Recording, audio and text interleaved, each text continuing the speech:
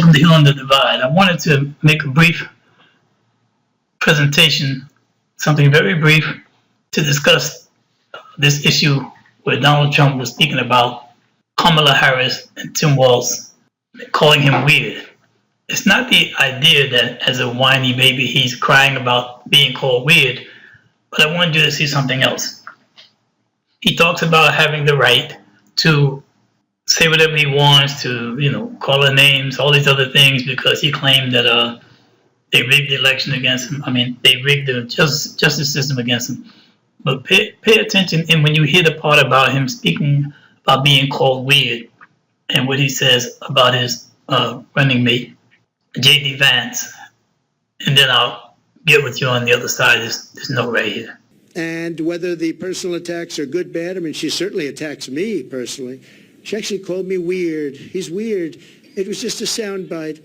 And she called J.D. and I weird. He's not weird. He was a great student at Yale. He went to Ohio State, graduated in 2 years, at the top of his class, and all of these different things. And we have this guy that's running a very failed state, who's had a terrible career. I mean, you have him saying they're weird. No, he's a weird guy. So this is what I want you to consider.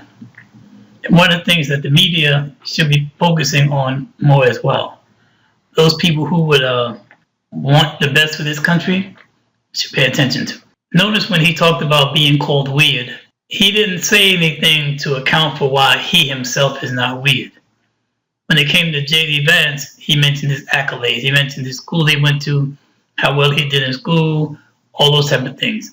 But when it comes to himself, he keeps his school records sealed where people can't account for how well he did in school. Keeps his financial records sealed so people can't see exactly how he's doing financially. When he was president, and people wanted his information disclosed, it was on and on and on. He's constantly talking about he was being audited. So people should call more to account for what's the reality of your school. You keep saying you're very smart. What's the reality of your school? What's the reality of your finances? Tell the people the truth and ask them questions that require details. Again, like I said, people should be asking him those questions. Like you boasted about being the one who killed Roe v. Wade. So tell us, what are the actual details of Roe v. Wade? What were the circumstances of the case? Who was Roe and who was Wade? What exactly was going on in that case? Because you're telling people everyone wanted it overturned. Are you under the impression that this is a law that was passed by the government? Because if Roe v. Wade means Roe versus Wade, that means one side saw it one way, the other side saw it the other way. Just the fact that it's a case with verses in the middle of it tells you that everybody didn't agree with it.